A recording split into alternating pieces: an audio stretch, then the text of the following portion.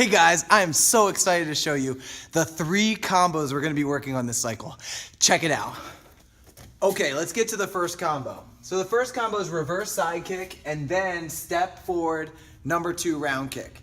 So this combo is really cool. You got to remember always to land your foot in the front. But we're going to really focus on this first technique, reverse side kick. So I always like to break things down into 3 parts. The first one is going to be turn your front foot, rotate it so your front foot faces and points towards your back foot. So your front toes point towards your back foot. That's the direction, like when you turn your foot like that, that's the way you'll actually rotate to do the kick. So when you turn your front foot, you look all the way around and over your shoulder.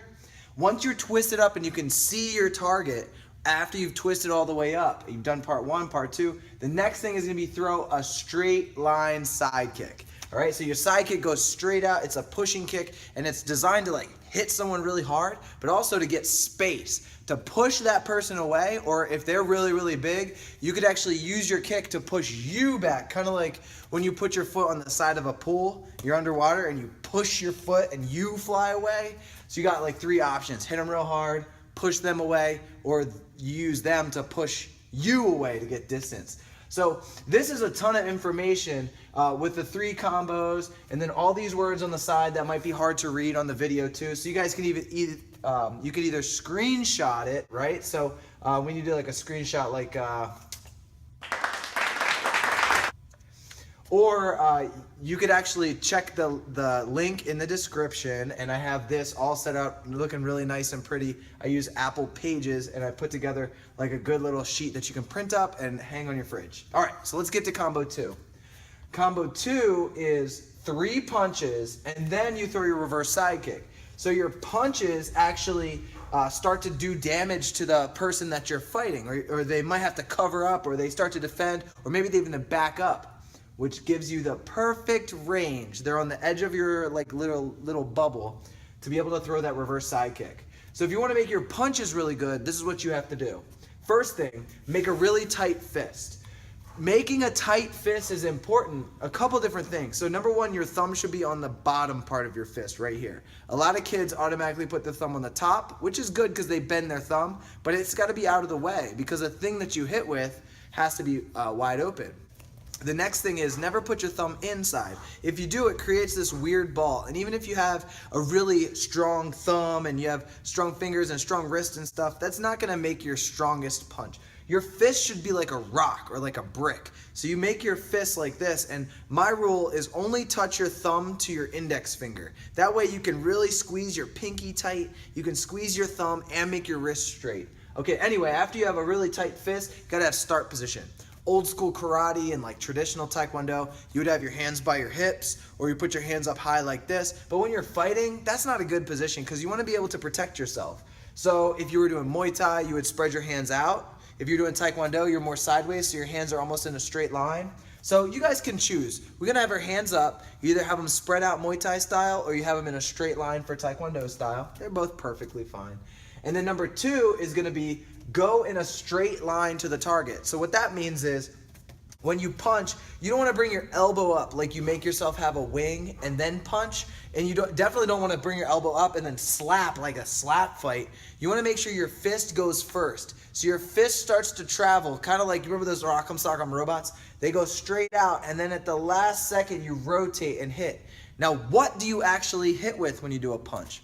Well, a lot of different martial arts styles, they have different places on your fist to hit. Well, your fist is like, one of the most complex body parts. So you've got all these different parts of your fist that you could hit the target with. But with a punch that your most normal punch, a straight punch, that's gonna be with the middle finger knuckle right there. So you see that that's the biggest knuckle, that spot right there. I want you to imagine that it's a marble, and you only want that marble to hit the target. You don't want this knuckle to hit, you don't want this knuckle to hit, you don't want this knuckle to hit, you definitely don't want the sharp parts to hit.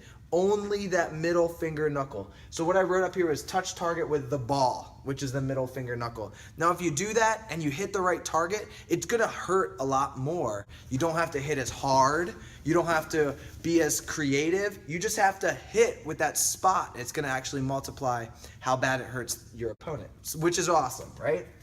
Okay, the last combo is this one, combo 3. First, you're gonna step forward and do a number 2 round kick.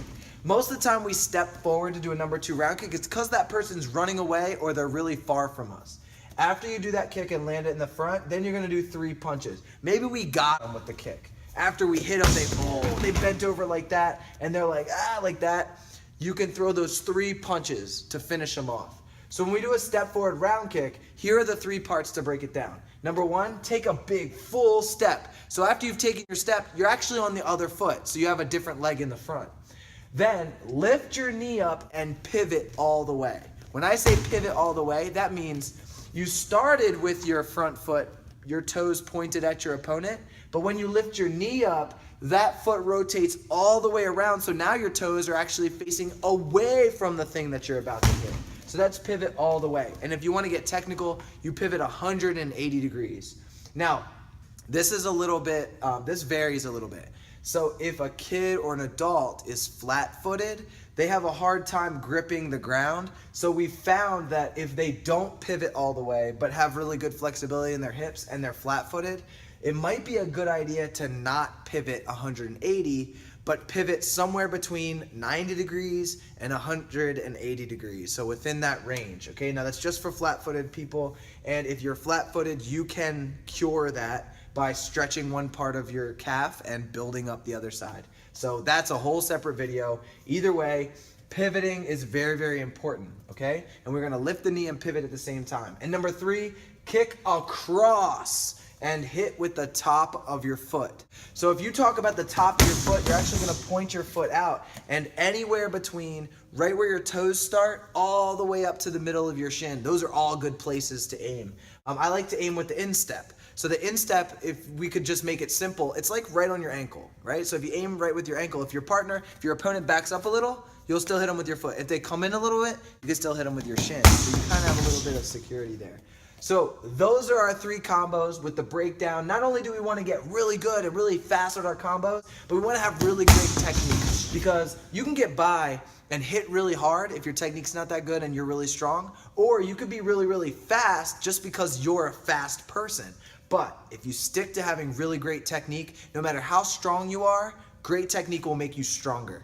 And no matter how fast you are, great technique will make you faster.